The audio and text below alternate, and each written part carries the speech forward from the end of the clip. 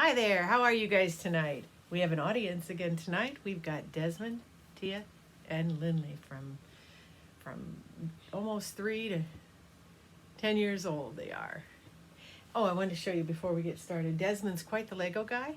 He made this for me. This is Pegasus. This is the Pegasus as he sees him. Now we know Pegasus is white, but he's iridescent. He shines in the sunshine and gives off light. And so look at these magnificent wings and how he glows with the sunshine. Isn't that a nice job? So that's Pegasus. Okay, so here we go. The children are in bed. Their eyes are not closed, and they're supposed to be sleeping.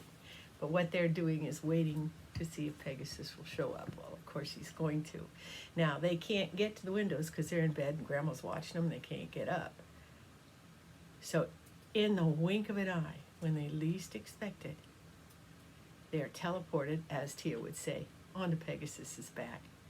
And it's just, every time, they're just thrilled to death that they're with him. He's glad to see them. He throws back his mane, and his great mane shakes in the air, and his tail flies behind him. And they are squealing, "Where are we going? Where are we going?" And he's saying, "You'll have a great time." So that's what happens. He does a few swirls and a few ups and downs and roundabouts and whatever, and they're laughing and their bellies are rolling and they're giggling. They go up, up, up, and then down and around. And he says, "Well, we're not going to play much longer because we have a long journey, and we're going to go back in time." Oh, they love to go back in time because they know these are stories from when Grandma was a little girl. Only they're real life stories, and Grandma's actually there sometimes as a little girl. So they get to play with her as if they were her age at that time. So Pegasus says, "Hang on tight." And when he says hang on tight, that's exactly what he means, because he's going to go faster than an arrow shooting out of a bow.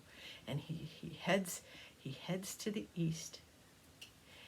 And he goes faster, and his wings go faster, and his legs go faster, and his nose goes straight out, and his mane is flying straight back, and so is his tail. His body is stretched out, and he's zooming through the air like an arrow just shot, just as fast as he can go. He has to go back in time more than 50 years, because Grandma, she's getting older.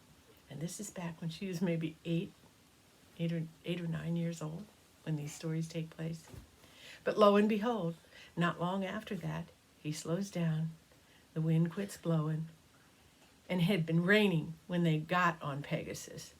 But it wasn't raining now. It was bright and sunny. And they landed on a road. Well, this road was stone, and it was the Indiana-Ohio State Line Road. Now, what they noticed was part of the road was stone, and part of it was blacktop or asphalt. 1 mile asphalt, 1 mile stone. That's because Indiana took care of 1 mile, and Ohio took care of the next mile. So it was stone, asphalt, stone. So Pegasus came in for a landing down the asphalt road, but he landed on the stone, which happened to be in front of Grandpa B's place. Now, it was Grandpa B and Grandma Leona, and most of the story takes place about Grandma Leona. Grandma was a little lady. She was maybe 5'3". Grandpa was big. He was over 6 foot tall. But Grandma was little, and she looked real calm. But boy, was she spunky. And you don't want to mess with her, but she was kind and loving and always made us cookies. So anyways, they get off Pegasus. They just scurried right down his wing. He tipped it down, and away they went. Said goodbye, waved goodbye, and off he went. And they were headed for the big barn, because they had been to the big barn before and to the haymow. Well, before they got there, another set of cousins came out. That was Grandma Debi and her 4 siblings, so all 5 of them, and the 3 cousins from her. So we've got 3 generations of cousins here. So we've got the kids, and they start talking to Grandma Debi, because he's just about Desmond's age or Tia's age, and the kids asked, "What about the farm? Tell us about the farm." So Grandma Debi and Aunt Marlene and Darlene, they started talking about the farm, and they talking about Grandpa. Well, Grandpa was well known for the animals he kept on the farm. He had lots of cows, milk cows, and sometimes horses. Sometimes there was a donkey. Often they'll have sheep, or he'd have pigs for a season. Once in a while, a goat. You just never knew what you were going to find on the farm. There was always something. Always a couple of dogs and many, many cats. But Grandpa was known for having fowl. Now, what is fowl? That isn't something that stinks. It's not like that. Fowl is like chickens. They're birds. And he had so many different kinds of birds. And the one he was most famous for was peacocks. He had many peacocks. And these peacocks had the most beautiful tails. And their bodies were blue and green, and they would shimmer in the sun, similar to Pegasus. But really, they really were beautiful and blue, and they were a big bird. The bird itself was big, and the tail was sometimes looked like 5 foot long. They were really, really long and beautiful. And then they would shed those feathers. We'd run around the farm and collect them. So Tia and Desmond were running around looking for peacock feathers, and lo and behold, didn't they find some? And there were the great big long ones, and some of them were the shorter ones. Okay, but the thing about these peacocks, they could be feisty, they could chase you around, but mostly they stayed away from you. But the big males, the boys, they would get up and they would claim their territory. They would get as high as they could on the farm, and that happened to be the top of the big barn, and that was a way up there. And they would get up there.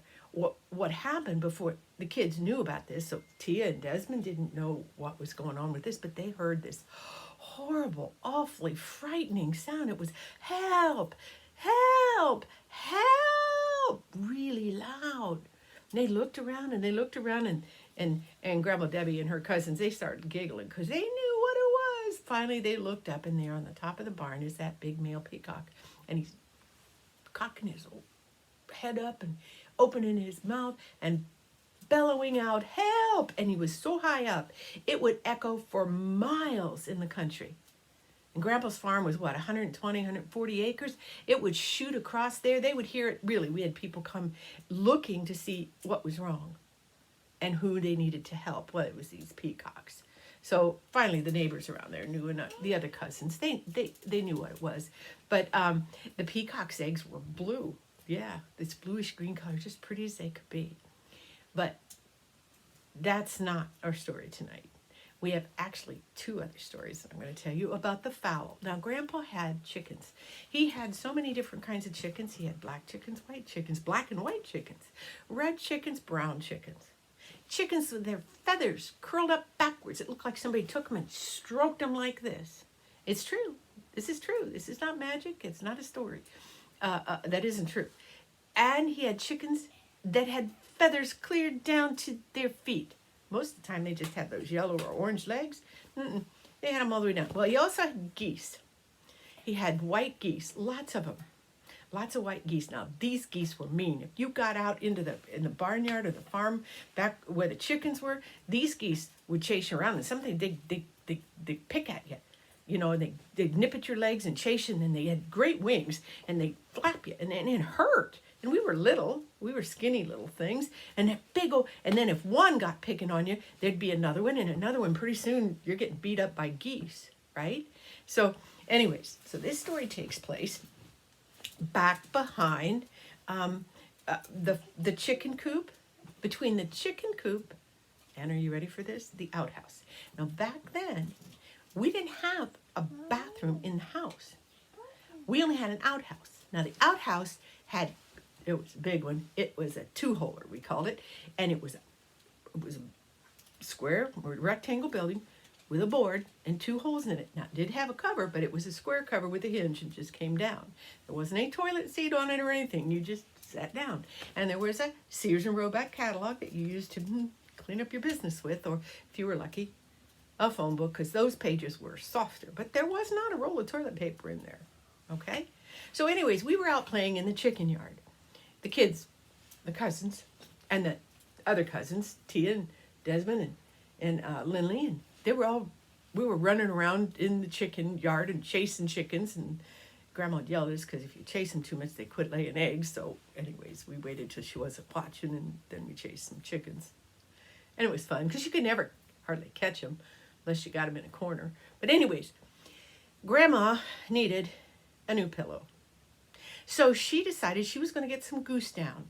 Now, goose down is on the bottom, the belly, and the back end of the goose. And they're real soft feathers. They don't have the pin feathers in them. They don't have the real pokey kind. They're real soft and fluffy. If you get a really good pillow, it's because they have down in them. And that's the down on a, well, this case, a goose down. So she would go around and she went and she caught a goose. These are big geese. She got it by the neck and she put that neck in between her knees. She had this bag hanging around her neck and she would go to the bottom, back end of the duck, pull out the down, stuff it in the bag and keep on going. And we were watching her while we were playing and she got another goose, let that one go and got another one put down, picked the down off of it and away it went. And just then this other goose started chasing us kids. Well, that made Grandma upset. So she ran and she got a hold of that goose. Well, the goose gave her a bad time. She had to chase it. It was honking at her. It was trying to nip at her, trying to bite at her, flapping its wings. She got a hold of that goose by the neck and she took it and she's talking to it. You are going to pick on the grandkids like that and you're being bad and you come over here. We're going to get some down feathers off of you and you just straighten up. And she's talking like this to the goose. And we're all laughing. Well, about that time we decide we're going to go to the bathroom, right? So actually what happened was another goose started chasing us and we ended up going into the outhouse. And we hear Grandma, we're peeking out, because when the goose was chasing us, we went into the outhouse. That's how it was. So we're in there and you can see between the slats, the wood slats, because there's not siding or anything on it, and you can see Grandma bent down there picking on that down feather, putting it in the bag, and this goose is jumping up and down. It's paddling its feet around. It's flapping its wings, and Grandma's squeezing it with her knees, trying to get this goose to settle down. She's yelling at it, and finally she just hollered at Goose, said, "You stop it. You settle down right now. I've had enough of it." And that goose settled down and quit trying to flap her. It just kind of relaxed. And she got it all. She kept on talking to it, but she got all that down. And we're just got our noses up against the wood. And it didn't smell good in the outhouse, by the way. Oh, not good. Not good at all. But we were watching Grandma. So finally she says, "Okay, now I've had enough of you." She took that goose out from between her legs and got it by the neck and put it off to the side. You know what that goose did? It just dropped right straight to the ground. And it never got up. You know what happened?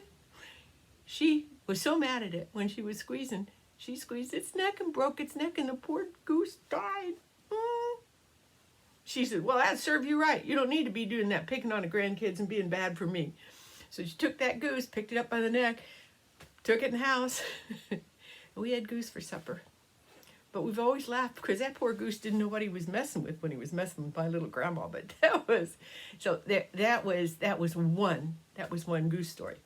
But well, you know what? I think we'll leave it at that tonight. I've got another one about Reuben. Now, Reuben was a turkey.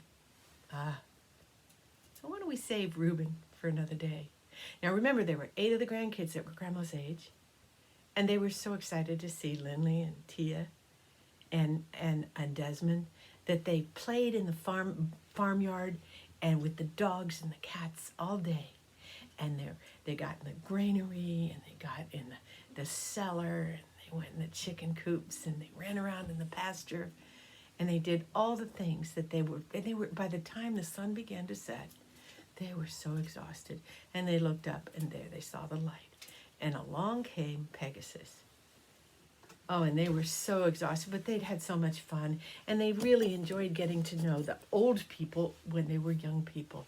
And they each put their hand in the pocket because each one had a treasure. And so when they got on Pegasus's back, he asked them if they had a good time, of course, and they chattered for a while, and then they were fast asleep on Pegasus's back. And he shot back through time, and they ended up in their bed. All right? So you all know what happens next. Each one reaches in to their pocket and pulled out their treasure. Desmond reached in there and he pulled out a trinket that was a peacock, and it turned into a real live little peacock in his hand when he had it, with the whole big tail and everything. So he quick tucked it back into his pocket, and it turned back into the little trinket. Tia reached in her pocket, pulled out, it was something long and skinny. And it was a feather. It was a peacock feather that was so beautiful, and it was long. Oh, she was so delighted, and it shimmered blue and green and gold, and it was so pretty. She tucked it back into her pocket. And little Lindley, she reached in her pocket, jabbering away, and what she pulled it out, and it made a noise. It went honk. It was a goose with a long neck, but this one was little. It turned alive when she took it out. She grinned at it, and then she took it and put it back in her pocket, and it turned into a trinket. And they all knew that this story had really happened, and they'd gotten to go back into Grandma's childhood and spend a day on the farm with Grandma Leona. Children, I hope you enjoyed the story. Pretty soon, when you come back another time, we'll tell you about Reuben and the turkey. Reuben the turkey. Good night, guys.